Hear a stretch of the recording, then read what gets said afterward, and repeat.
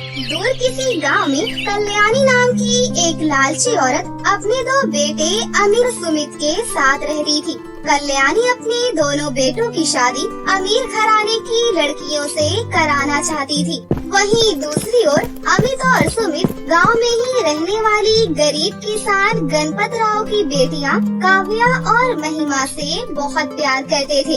उन दोनों को पता था कि उनकी मां कल्याणी इस रिश्ते के लिए कभी हामी नहीं भरेंगी, इसलिए उन दोनों ने मंदिर में जाकर चुपचाप से काव्या और महिमा से शादी रचा ली। ना चाहते हुए भी अपने दोनों बेटों की खातिर कल्याणी को इस रिश्ते को स्वीकार करना पड़ा।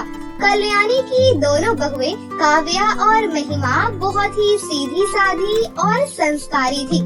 काव्या और महिमा कल्याणी की दिन रात बहुत सेवा करती थी, लेकिन कल्याणी अपनी दोनों बहुओं से मन ही मन बहुत नफरत करती थी। कुछ समय के बाद काव्या और महिमा गर्भवती हो गयी। घर की जिम्मेदारी दुगनी होती देख कल्याणी के दोनों बेटों ने शहर जाकर पैसा कमाने का फैसला किया। माँ, हम कुछ महीनों के लिए शहर जा रहे हैं, लेकिन डिलीवरी से पहले हम लौट आएंगे। तुम दोनों चिंता मत करना, आराम से शहर जाओ और खूब पैसे कमाओ। मैं यहाँ सब कुछ संभाल लूँगी। लेकिन अपने दोनों बेटों के शहर जाते ही कल्याणी ने अपना असली रंग दिखाना शुरू कर दिया और अपनी दोनों बहुओं पर अत्याचार करने लगी। कल्याणी काव्या और महिमा से दिन रात नौकरानियों की तरह काम करवाने लगी। वहीं दूसरी तरफ अमित और सुमित को शहर जाते ही एक अच्छी नौकरी मिल गई। फिर वो दोनों हर महीने अपनी गर्भवती पत्नियों के खान पान और दवाइयों के लिए अपनी मां कल्याणी के खाते में पैसे भेजने लगे।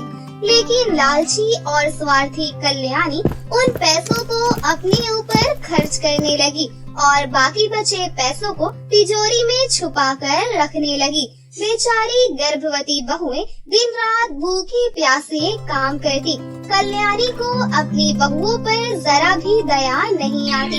ऐसे ही एक दिन, माँ जी, आज सुबह से मुझे बहुत कमजोरी महसूस हो रही है। मैं और महिमा दीदी आज अपना चेकअप कराने लेडी डॉक्टर के पास जाएंगे, इसलिए हमें डॉक्टर की फीस और दवाइयों के लिए थोड़े बहुत पैसे दे दीजिए।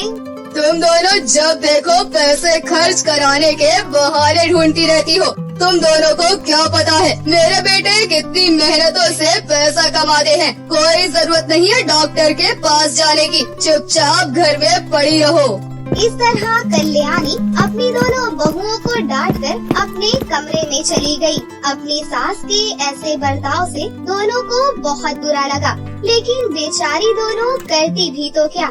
ऐसे ही 4 महीने बीत गए। कल्याणी खुद तो स्वादिष्ट खाना खाती, लेकिन काव्या और महिमा को पेट भर खाना खाने को बिल्कुल भी नहीं देती थी, जिस वजह से धीरे धीरे वो दोनों बहुएं कमजोर पड़ने लगी। फिर एक दिन पड़ोस में रहने वाली सरोज काकी से उन दोनों की ऐसी हालत देख रहा नहीं गया और वो कल्याणी से बोली, अरे बताओ कल्याणी, तुमने अपनी दोनों बहुओं का क्या हाल बना रखा है। दोनों बेचारी दिन ब दिन लकड़ी की तरह सूखती जा रही हैं। तुम इन दोनों का किसी अच्छे डॉक्टर से चेकअप क्यों नहीं करवाती। दोनों का थोड़ा ध्यान रखो, बेचारी गर्भवती है।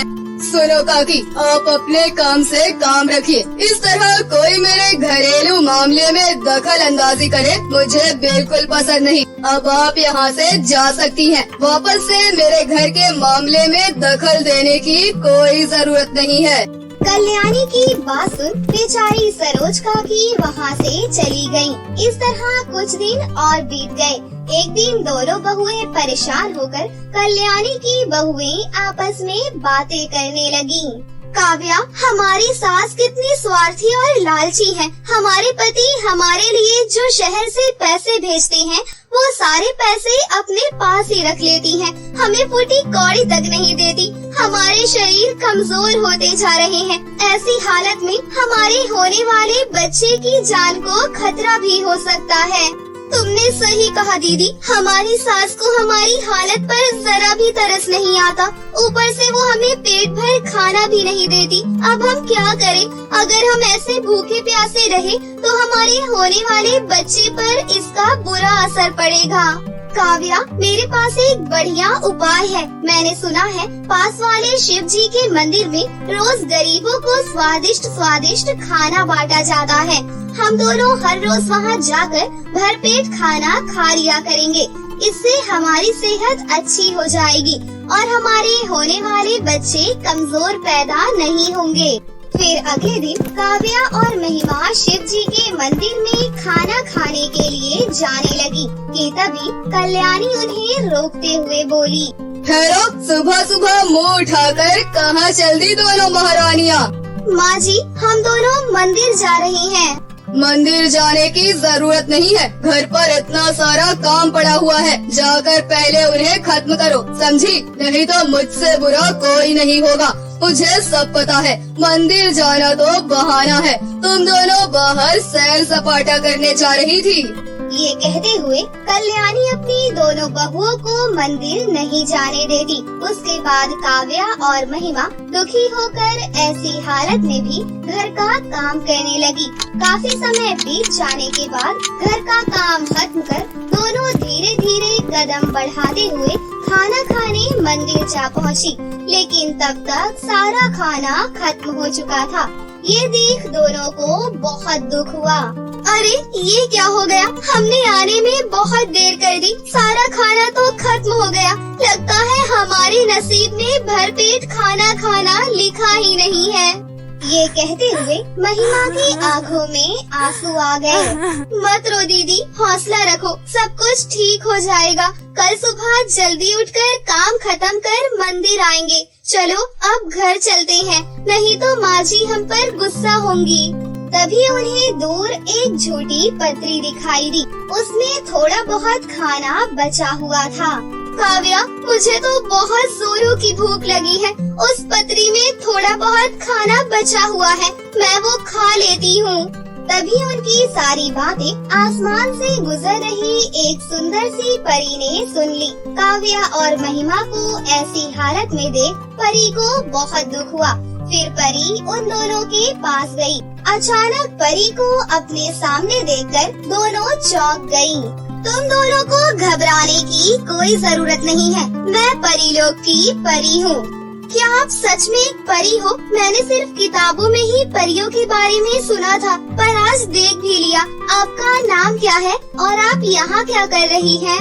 मेरा नाम गोल्डी परी है और मैं अक्सर पृथ्वी लोक आकर जरूरतमंद लोगों की मदद करती हूँ। और मैंने अपनी जादुई शक्तियों से तुम दोनों के बारे में सब कुछ जान लिया है। सच में तुम दोनों की सास बहुत बुरी है। तुम दोनों गर्भवती हो और इस हालत में भी वो तुम दोनों के ऊपर अत्याचार करती है। लेकिन अब तुम दोनों चिंता मत करो, मैं तुम दोनों के सारे दुख दूर कर दूंगी।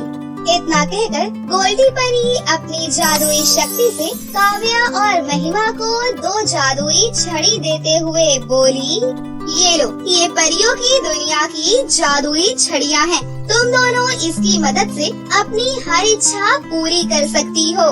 इतना कहकर गोल्डी परी वहाँ से गायब हो गई। तब महिमा बोली, काव्या, क्यों ना हम परियों की इस जादुई छड़ी से अपने लिए एक सुंदर सा घर मांगे। मैं अब उस नर्क में वापस नहीं जाना चाहती। इतना कहकर महिमा ने जादुई छड़ी से एक सुंदर सा घर मांगा और देखते ही देखते एक सुंदर सा घर प्रकट हो गया। वो घर हर सुख सुविधा से लैस था। अरे वाह दीदी, परी लोग की इस जादुई छड़ी ने तो कमाल कर दिया। ये घर तो बहुत ही सुंदर है। हमें इस घर में अब किसी भी प्रकार की कोई तकलीफ नहीं होगी।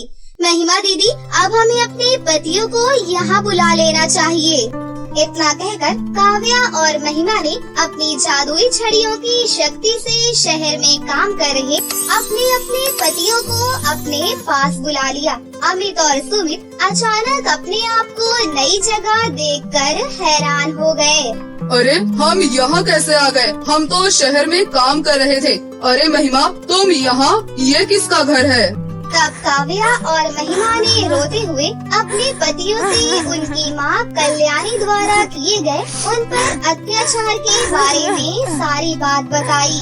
हमें नहीं पता था हमारी माँ इतनी स्वार्थी और निर्दयी हो सकती है। माँ ने तुम दोनों पर इतने अत्याचार किए, हमें उनसे नफरत हो रही है। अब हम अपनी माँ से सारे रिश्ते नाते तोड़ देंगे और उनके पास कभी नहीं जाएंगे।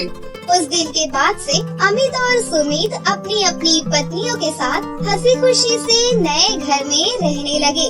दूसरी तरफ जैसे ही कल्याणी को इस बात का पता चला तो वो गुस्से से तिलमिला गई। फिर फौरन उनके घर जा पहुंची और अपने दोनों बेटों से बोली, अरे बेटा चलो, मैं तुम सबको घर ले जाने आई हूँ। तुम दोनों मुझे छोड़कर इस नए घर में रह रहे हो, तुम्हें अपनी माँ का जरा भी ख्याल नहीं आया? माँ, हमें आपके बारे में सब कुछ पता चल चुका है। आपने हमारी गैर हाजिरी में इन दोनों पर बहुत अत्याचार किए हैं, इसलिए अब हम आपके साथ कभी नहीं रहेंगे। अब आप यहाँ से चली जाओ। हमने आप जैसी जालिम और निर्दयी औरत कभी नहीं देखी। नहीं बेटा, ऐसा बिल्कुल भी नहीं है। जरूर इन दोनों बहुओं ने तुम्हारे कान भरे होंगे। लेकिन अमित और सुमित ने अपनी माँ कल्याणी की एक नहीं सुनी और उन्हें वहाँ से चले जाने को कहा। कल्याणी गुस्से से बड़बड़ाते हुए वहाँ से चली गई। उन दोनों करमजली बहुओं ने मेरे दोनों बेटों को मुझसे अलग कर दिया। अब मैं उन दोनों को नहीं छोड़ूंगी। मैं आज रात को ही दोनों को जान से मार दूंगी।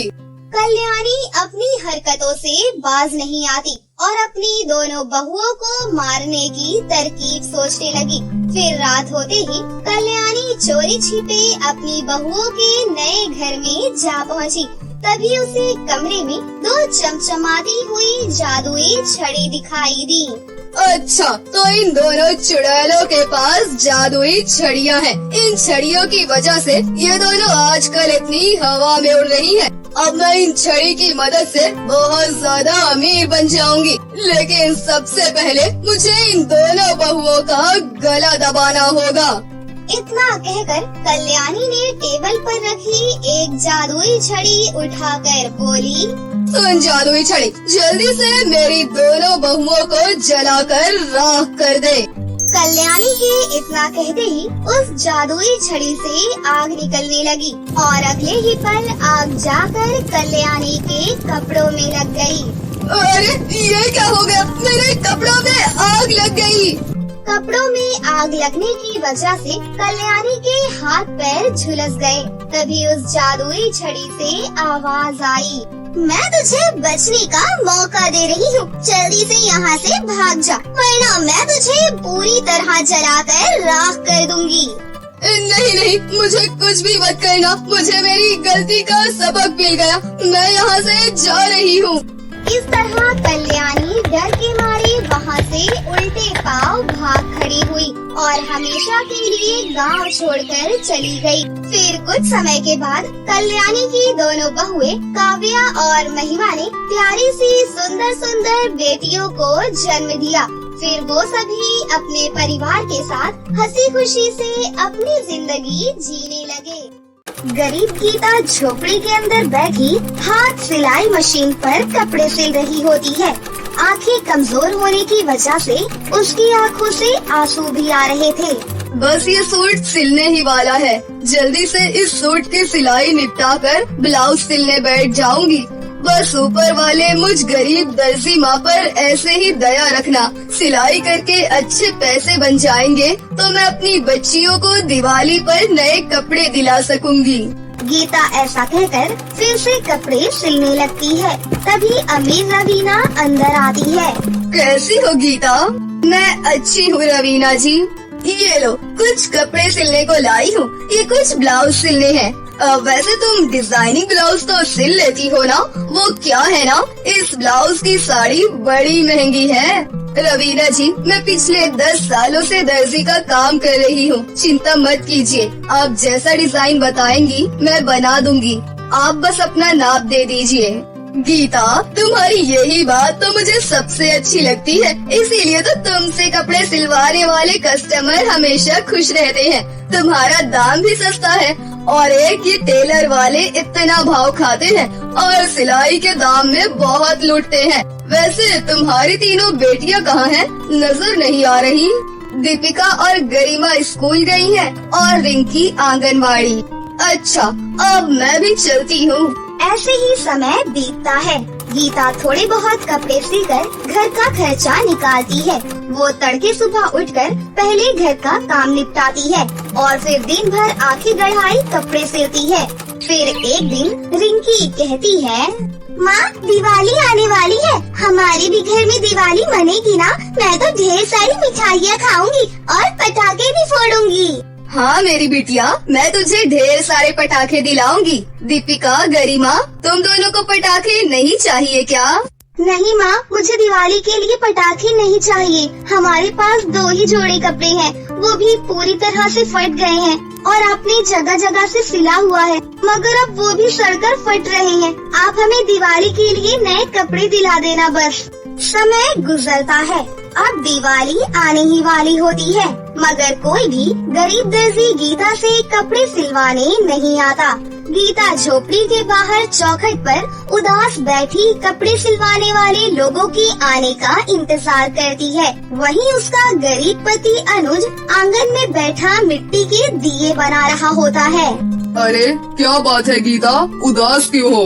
उदास नहीं हूँ तो क्या करूँ जी, दिवाली आने वाली है मगर मैं गरीब दर्जी एकदम खाली बैठी हूँ। कुछ साल पहले तक त्योहारों में तो मेरे पास सिलने वाले कपड़ों के ढेर लग जाते थे और सबसे ज्यादा तो दर्जी के काम से मैं दिवाली में ही कमाती थी। मगर इस बार अभी तक मेरे पास एक भी सिलने को कपड़े ही नहीं आए। सोचा था कि दिवाली में कपड़े सिलकर 4 पैसे कमा लूंगी तो अपनी तीनों बच्चियों को दिवाली में नए लहंगे दिलाऊंगी। अब पता नहीं मैं अपनी तीनों बेटियों को दिया हुआ वादा कैसे पूरा करूंगी। चिंता मत करो गीता, मैं आज शाम को दिए बेचने बाजार जाऊंगा। जो पैसे मिलेंगे उससे तुम खरीद कर ले आना उनके कपड़े।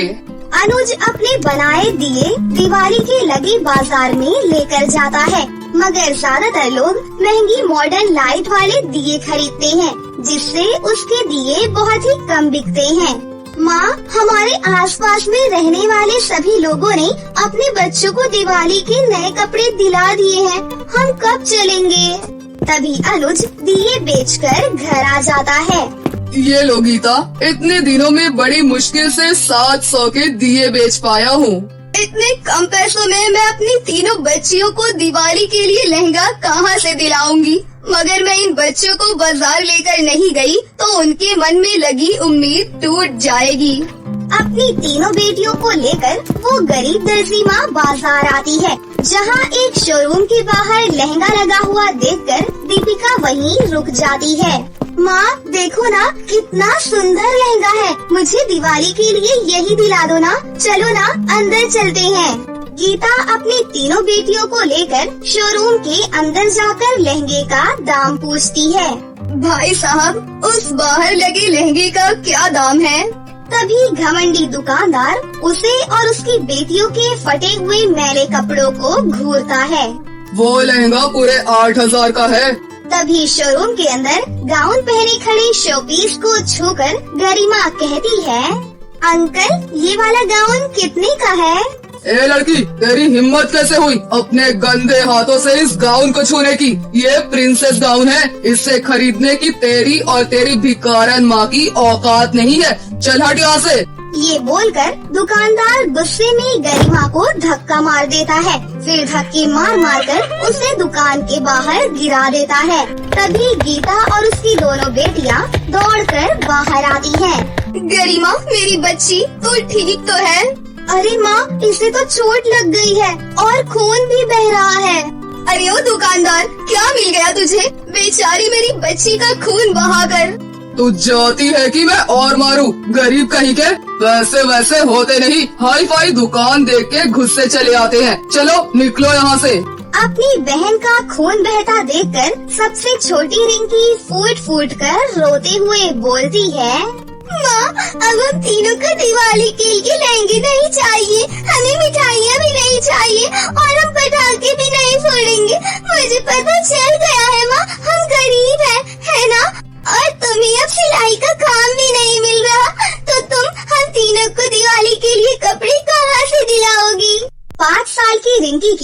समझदारी भरी बातें गीता का दिल कचोटने लगती है। वो अपनी साड़ी फाड़कर गरिमा की चोट पर बांधकर तीनों को घर वापस ले आती है। अगले दिन उसकी तीनों बेटियां दरवाजे के बाहर खड़ी होकर सभी के सजे हुए घरों को देखकर अपनी झोपड़ी को बार बार देखती हैं। दीपिका, अपनी बहनों का ध्यान रखना, मैं बाजार जा रही हूँ सब्जी लाने। दिवाली की लगी बाजार में जगह जगह मिठाइयाँ पटाखे बिक रहे होते हैं। तभी एक गरीब दुकानदार जमीन पर चादर बिछाकर बैठा होता है। सुनो भैया, मुझे ये पिंक कलर का थान का कपड़ा 10 मीटर दे दो और इसके साथ का मैचिंग लेस भी दे देना। मुझे दिवाली के लिए लहंगा बनाना है। ये सुनकर गरीब दर्जी गीता को अपनी बेटियों के लिए दिवाली के कपड़े बनाने का रास्ता दिख जाता है। अरे, मैंने ये पहले क्यों नहीं सोचा? मैं तो खुद एक दर्जी हूँ। मैं ये थान का कपड़ा खरीद कर अपनी तीनों बेटियों के लिए दिवाली का लहंगा खुद बना सकती हूँ। सुनिए भैया, मुझे ये गुलाबी, ये लाल, ये नीला और ये हरे रंग के थान के कपड़े दे दीजिए और गोटा, मोती और लेस भी। जी, अभी देता हूँ बहन जी।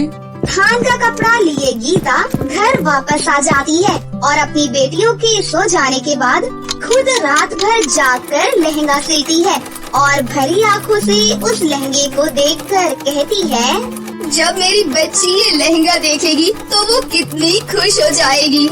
सुबह होते ही वो लहंगा गरिमा को दे देती है। गरिमा, तुम्हें दिवाली के लिए लहंगा चाहिए था ना? ये देखो, तुम्हारी गरीब दर्जी माँ ने अपने हाथों से ये लहंगा सिला है। अपनी गरीब दर्जी माँ का सिला लहंगा देखकर गरिमा बहुत खुश होती है। अरे वाह माँ, ये लहंगा तो उस दुकान वाले लहंगे से भी ज्यादा सुंदर है। माँ, आप मेरी दिवाली की ड्रेस कब सिलोगी? मुझे भी लहंगा पहनना है और मुझे भी लहंगा ही चाहिए। बस दिवाली में आज का ही दिन बचा है। मुझे तुम दोनों के लिए दिवाली का लहंगा आज ही सिलना होगा। अभी घर भी सजाना बाकी है। आप चिंता मत करो हमारी प्यारी दर्जी माँ, दिवाली के लिए घर सजाने की जिम्मेदारी आपकी तीनों बेटियों की है। रिंकी, ये लो पैसे और जाकर गेंदे के फूल ले आओ। फिर गरीब दर्जी गीता अपनी बाकी की दोनों बेटियों की पसंद का दिवाली का लहंगा सिलने बैठ जाती है। वहीं उसकी तीनों बेटियां मिलकर गरीबी में भी हंसते मुस्कुराते बड़ी खुशी से छोटी छोटी चीजों से दिवाली के लिए अपनी झोपड़ी को सजाती हैं। वो आम के पत्तों से तोरण बनाती है और गेंदे के फूलों की लड़ी बनाकर झोपड़ी के चारों तरफ लगाती है। दीपिका दीदी, देखो ना, सभी ने अपने घरों के बाहर दिवाली की कितनी सुंदर सुंदर रंगोली बनाई है, मगर हमारे पास तो पैसे ही नहीं है जो हम रंगोली के लिए रंग खरीद सके। कोई बात नहीं गरिमा, पैसे नहीं है तो क्या हुआ, हम दर्जी माँ की बेटियाँ हैं। हम हल्दी और आटे से फूलों वाली रंगोली बनाएंगे। तीनों साथ में आंगन में रंगोली बनाती है और दिवाली की शाम ढले उस गरीब दर्जी माँ की तीनों बेटियाँ उसके हाथों से सिले हुए सुंदर लहंगे पहनकर तैयार होती हैं और साथ मिलकर मिट्टी के दिए जलाकर घर और आंगन हर जगह रखकर सजाती हैं। देखो, हमारा भी घर दिवाली के दियों से कितना सुंदर लग रहा है ना माँ बाबा? हाँ मेरी बच्चियाँ, ये दिए तेल बाती से भरकर जल रहे हैं। और मेरी तीनों बच्चियाँ, तुम भी एकदम परी लग रही हो इस दिवाली के लहंगे में। चलो अब दिवाली की पूजा कर लेते हैं। इसके बाद गरीब दर्जी गीता अपनी तीनों बेटियों और पति के साथ दिवाली में लक्ष्मी पूजन करती है और तीनों को पटाखे का एक डब्बा देती है। इस तरह उस गरीब दर्जी माँ और तीनों बेटियों की दिवाली गरीबी में भी खुशियों भरी बीतती है।